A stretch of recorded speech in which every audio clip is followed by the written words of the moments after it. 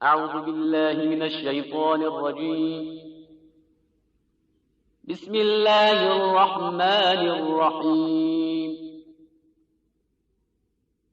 الحمد لله رب العالمين الرحمن الرحيم مالك يوم الدين. إياك نعبد وإياك نستعين. اهدنا الصراط المستقيم صراط الذين أنعمت عليهم غير المغضوب عليهم ولا الضالين.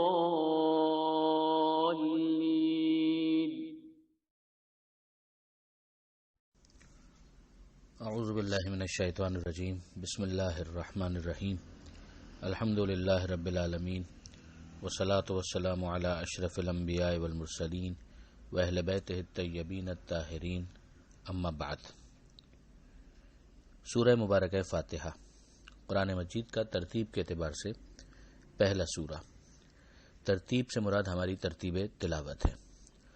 ظاہر قرآن مجید کی جب ترتیب کی بات کی جاتی ہے تو دو چیزیں ہمارے سامنے آتی ہے. ایک ہے ترتیب نزول کہ جس سیکوینس سے قرآن مجید نازل ہوا، اور ایک ہے قرآن مجید کی ترتیب باعتبار تلاوت کہ جب قرآن کو پڑھا جائے گا تو کون سی سورہ ہمارے سامنے سب سے پہلے آئے گی.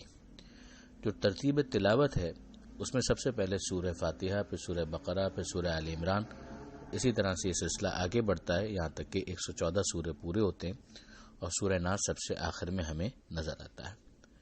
جب ہم ترتیب نزول کی بات کرتے ہیں تو ہم سب اس بات سے واقف ہیں کہ اقرأ بسم ربک الذی خلق سمیت ابتدائی 5 آیتیں سورہ الگ کی وہ ہیں کہ جو پیغمبر اکرم پر پہلی مرتبہ وحی کی صورت میں نازل ہوئی. وہ ظاہر ہے کہ اس وقت 30ویں پارے میں ہے، تو وہ ترتیب نزول کے اعتبار سے سب سے پہلے ہے، اور ترتیب تلاوت میں سورہ فاتحہ سب سے پہلے نظر آتی ہے. البتہ سورہ فاتحہ مکی سورہ ہے، یعنی ہجرت سے بہت پہلے پیغمبر اکرم پر یہ سورہ نازل ہوئی. بہت مشہور ایک حدیث بھی ہے کہ لا صلاۃ الا بفاتحۃ الکتاب، کہ نماز ہو ہی نہیں سکتی جب تک اس میں سورہ فاتحہ نہ پڑھا جائے. اور نماز جو ہے وہ کسی نہ کسی شکل میں بہرحال ابتدائی رسالت ہی سے موجود رہی. یہ بھی اس بات کی دلیل ہے کہ سورہ فاتحہ ابتدائی نازل ہونے والی صورتوں میں شامل ہے. اب اس بحث کو یہیں پر روکتے ہوئے ہم مختلف ناموں پر غور کریں جو سورہ فاتحہ کے آئے ہیں. سورہ فاتحہ کا جو مشہور ترین نام ہے وہ ہے سورہ فاتحہ. فاتحہ کا مطلب ہے اوپننگ، کہ جہاں سے آغاز ہو رہا ہو، افتتاح ہو رہا ہو. جس طریقے سے کسی کتاب کا مقدمہ ہوتا ہے، فورورڈ ہوتا ہے، پریفیس ہوتا ہے، سورہ فاتحہ کو قرآن مجید کے اندر وہی ایک اسٹیٹس حاصل ہے کہ قرآن کے اندر یہ پہلی سورہ ہے اور پورے قرآن کا گویا تعارف ہے کہ قرآن مجید کے اندر کیا کچھ بیان ہونے والا ہے. لہذا پوری کتاب کا خلاصہ اس کے اندر بیان کیا گیا ہے. اس کا ایک نام سورہ حمد بھی ہے. ظاہر ہے کہ وہ پہلی آیت سورہ فاتحہ کی ہے بسم اللہ کے بعد، اس میں حمد کا لفظ آیا ہے، اسی سے یہ ماخوذ ہے. حمد کا مطلب ہے تعریف. ام الکتاب بھی اسے کہا گیا، یعنی کتاب کا مرکز اور محور جو سینٹر ہے. پھر اس کے بعد اس کا ایک نام سبع مثانی بھی ہے. یہ سورہ ہجر کی ایک آیت سے ماخوذ ہے. آتینا کا سبع من المثانی والقرآن العظیم. سبع مثانی کا مطلب ہے وہ سات کہ جس کو تکرار کیا گیا، آفٹ ریپیٹڈ. اس کی بہت سی وجوہات بیان کی گئی، مگر ایک واضح سی بات یہ ہے کہ یہ 7 آیتوں پر مشتمل سورہ ہے جو ہر نماز میں 2 مرتبہ تکرار کیا جاتا ہے، پہلی رکعت میں بھی اور دوسری رکعت میں بھی. اس کے علاوہ بھی اس کی وجوہات بیان کی گئی. آغاز ہوتا ہے بسم اللہ الرحمن الرحیم سے. ہم سب اس بات سے واقف ہیں کہ قرآن مجید کا ہر سورہ بسم اللہ ہی سے شروع ہوتا ہے سوائے سورہ براءت کے. سورہ براءت کے آغاز میں ہمیں وہ نظر نہیں آتا. بسم اللہ الرحمن الرحیم کو اوور آل بسملہ سے بھی تعبیر کیا جاتا ہے، یہ اس کا ایک نام رکھا گیا. پیغمبر اکرم صلی اللہ علیہ وآلہ وسلم کی یہ بہت مشہور حدیث ہے کہ کل امر ذی بال لم یبدأ بسم اللہ فہو ابتر، کہ کسی بھی اہم کام کو اگر بسم اللہ سے شروع نہ کیا جائے تو پھر وہ کام برکت نہیں پائے گا، ابتر رہے گا. بسم اللہ کا مطلب یہ ہے کہ اللہ کے نام سے جو رحمان ہے اور رحیم ہے. اب اس کے بعد کہ اللہ کے نام سے کیا، تو وہ یہاں پر متعلق ایک چاہتا ہے عربی گرامر کے اعتبار سے، اور اس کے لیے پھر اس متعلق کو یوں بیان کیا جاتا ہے کہ میں شروع کرتا ہوں، ابتدا کرتا ہوں اللہ کے نام کی مدد سے جو رحمان ہے، رحیم ہے، اور پھر وہ جو چیز اس کے بعد آ رہی ہے وہ اسی کے اعتبار سے بسم اللہ کا پتہ دے گی. مثلا یہاں پر سورہ فاتحہ ہے تو سورہ فاتحہ کا جو مضمون ہے وہ میں شروع کرتا ہوں اللہ کے نام سے جو رحمان ہے رحیم ہے. اگر ایک انسان کھانا کھا رہا ہے تو اس کا مطلب یہ ہوگا میں کھانا کھاتا ہوں اللہ کے نام سے، اس کو شروع کرتا ہوں اللہ کے نام سے جو رحمان ہے رحیم ہے. اگر کوئی کتاب پڑھ رہا ہے تو میں کتاب پڑھنا شروع کرتا ہوں اللہ کے نام سے جو رحمان ہے رحیم ہے. یہ اگر ایک انسان کی عادت بن جائے تو خود بخود وہ گناہوں سے دور ہو جائے گا کہ جب وہ اللہ کے نام سے شروع کر رہا ہے تو کوئی ایسا کام کیسے کرے گا کہ جس کے اندر خدا ہی کی معصیت ہو یا خدا ہی کی نافرمانی ہو. اللہ کے نام سے شروع کرنے کا ایک اہم پیغام یہ بھی ہے کہ اللہ کے نام میں بھی برکت ہے.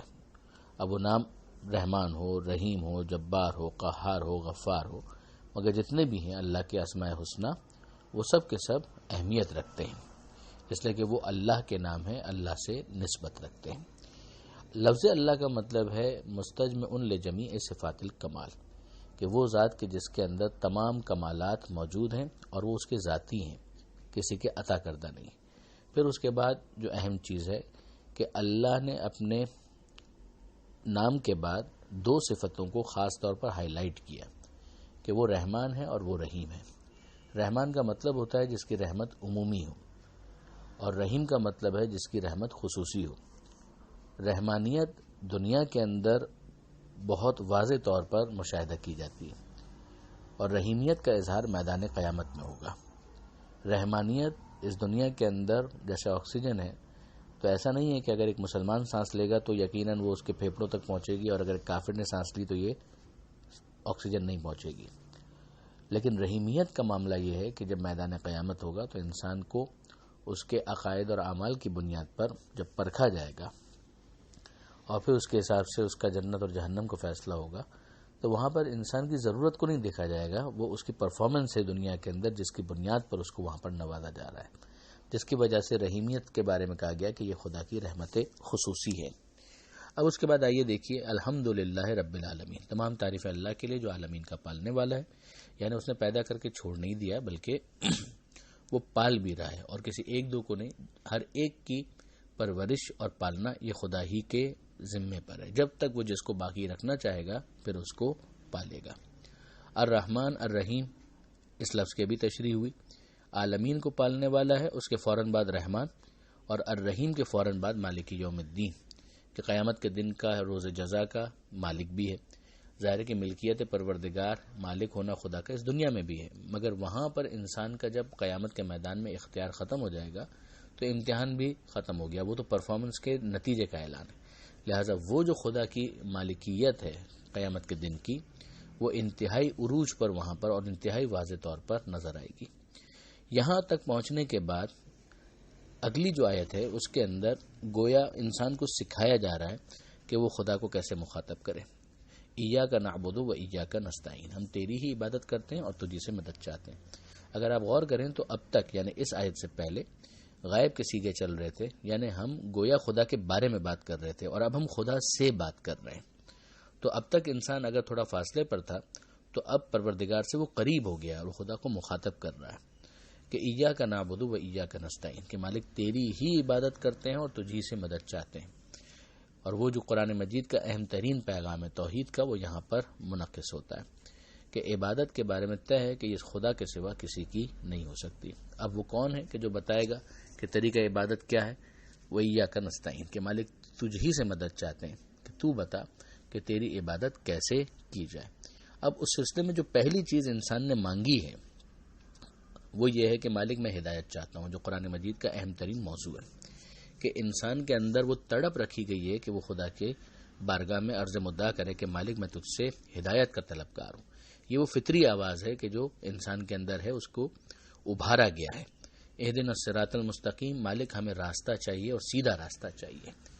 اب یہاں پر بھی غور طلب بات ہے کہ قرآن منزل کی بات نہیں کرتا، قرآن بات کرتا ہے راستے کی. اس لیے کہ منزل کا تو مطلب یہ ہے کہ اس کے بعد پھر سفر ڈسکنٹینیو ہو جائے، وہاں پر سفر مکمل ہو گیا، جبکہ معرفت کا سفر خدا لامحدود تو خدا کی معرفت بھی لامحدود ہے. لہذا انسان کا یہ سفر معرفت تو انفائنائٹ ہے، اس کا کوئی نقطہ آخر ہو نہیں سکتا. انسان کتنا ہی آگے معرفت میں پہنچ جائے اس سے آگے کا سفر باقی ہے. اب یہ بہت انٹرسٹنگ ہے کہ اس کے بعد پروردگار عالم نے کس طریقے سے متوجہ کیا کہ کون ہے وہ کہ جس کا راستہ ہدایت کا راستہ ہے، تو یہاں پر کچھ افراد کا تعارف کروایا جاتا ہے کہ صراط الذین انعمت علیہم، یہ ان لوگوں کا راستہ ہے کہ جن پر تو نے نعمت نازل کی۔ نعمتیں تو بہت ساری ہیں، مگر جب ہدایت کے کانٹیکس میں بات ہو رہی ہے تو یہاں پر نعمت سے مراد ہے نعمت ہدایت، کہ یعنی جو تیرے پاس سے ہدایت یافتہ ہے ان کا راستہ وہ ہوگا کہ جو صراط مستقیم ہوگا، سیدھا راستہ ہوگا، اور یہ وہ لوگوں کے کہ جن پر تیرا غضب نازل نہیں ہوا ہوگا اور نہ ہی یہ گمراہ ہوں گے۔ اگر تیرا غضب نازل ہو جائے یا یہ خود گمراہ ہوں تو پھر تو یہ خود سیدھے راستے پر کہاں ہوئے، ورنہ ان پر غضب ہی کیوں نازل ہوتا ہے، یہ گمراہ کیوں ہوتے ہیں، راستے سے ہٹے ہوئے کیوں ہوتے ہیں۔ لہٰذا وہ کہ جن کا راستہ یہ ہے ان کے اوپر نعمت ہدایت نازل ہو رہی ہے، اور یہ خدا کے غضب سے دور ہیں اور یہ گمراہ بھی نہیں ہیں۔ اسی کو دوسرے انداز سے، دوسرے اعتبار سے بھی ترجمہ کیا جاتا ہے کہ ان کا راستہ ہے کہ جن پر تیری طرف سے نعمت ہدایت نازل ہوئی ہے، نہ ان کا راستہ کہ جن پر تیرا غضب نازل ہوا، اور نہ ہی گمراہوں کا راستہ۔ یہ ہے قرآن مجید کے اس سورے کا خلاصہ۔ یہاں پر پھر میں متوجہ کر رہا ہوں کہ اہم ترین چیز جو یہاں پر آئی ہے عرض مدعا کے طور پر، وہ یہ ہے کہ ہدایت چاہیے اور سیدھی راہ کی ہدایت چاہیے، اور کچھ افراد کے راستے کو صراط مستقیم سے تعبیر کیا گیا۔